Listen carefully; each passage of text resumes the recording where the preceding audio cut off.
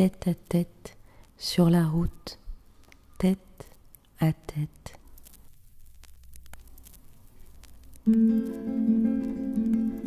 Finalement, je me rends compte que je ne connais pas la douleur. Je veux dire que je la connais pas précisément. Enfant, si j'avais dû dire à chaque fois que j'avais mal, alors j'aurais fait que ça. Mais la douleur comme une alerte, une info qu'on comprend pas ou qu'on a décidé d'oublier, continue d'être là et elle est très particulière. C'est-à-dire que j'entendais les adultes dire « Oh, tu t'es fait bobo » à un enfant qui venait de tomber et qui ne savait pas encore parler. Alors, il lui apprenait à repérer et à nommer sa douleur parce qu'elle était déjà claire en eux, dans leur répertoire humain. Mais qu'est-ce qui se passe avec un signe que l'on sent à l'intérieur qui n'est pas connu de la plupart des gens? Un signe invisible qui va rester dans l'ombre parce que socialement inconnu.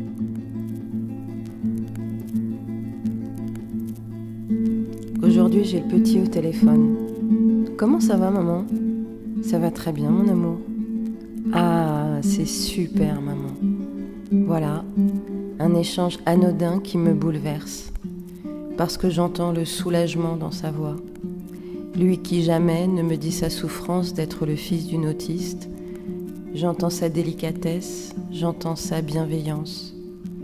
Il apprend à taire sa douleur de voir sa mère si souvent perdue.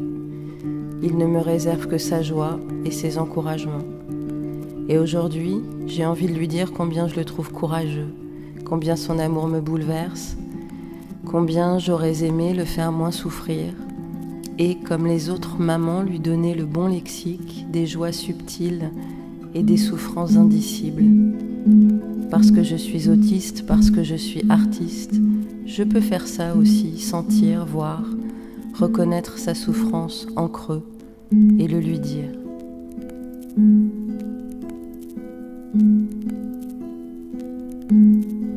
Comme la neige chez les Inuits, un mot ne suffit pas à décrire toute la subtilité des états de douleur.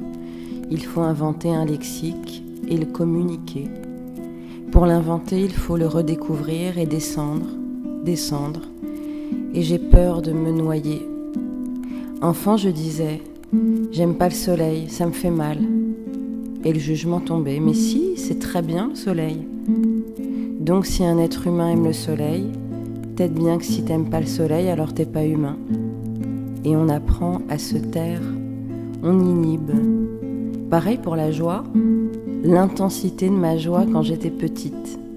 Mais là encore, pas de partage, alors ça n'existait pas. Il disait que j'exagérais, que je délirais. Ainsi, à 4 ans, je deviens mythomane et utopiste. Une sacrée promo, non? Pourquoi pas artiste, tant qu'on y est?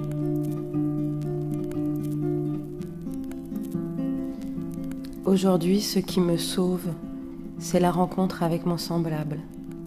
Ensemble, si proches et si différents, nous reprenons l'inventaire de notre sensibilité. Ce travail immense et intime vient se construire sur un espace entre le champ de ruines, le champ de bataille et la friche absolue. De cette confrontation main dans la main avec le néant va se poursuivre la quête d'un autre absolu, d'un absolu autre, la fécondité.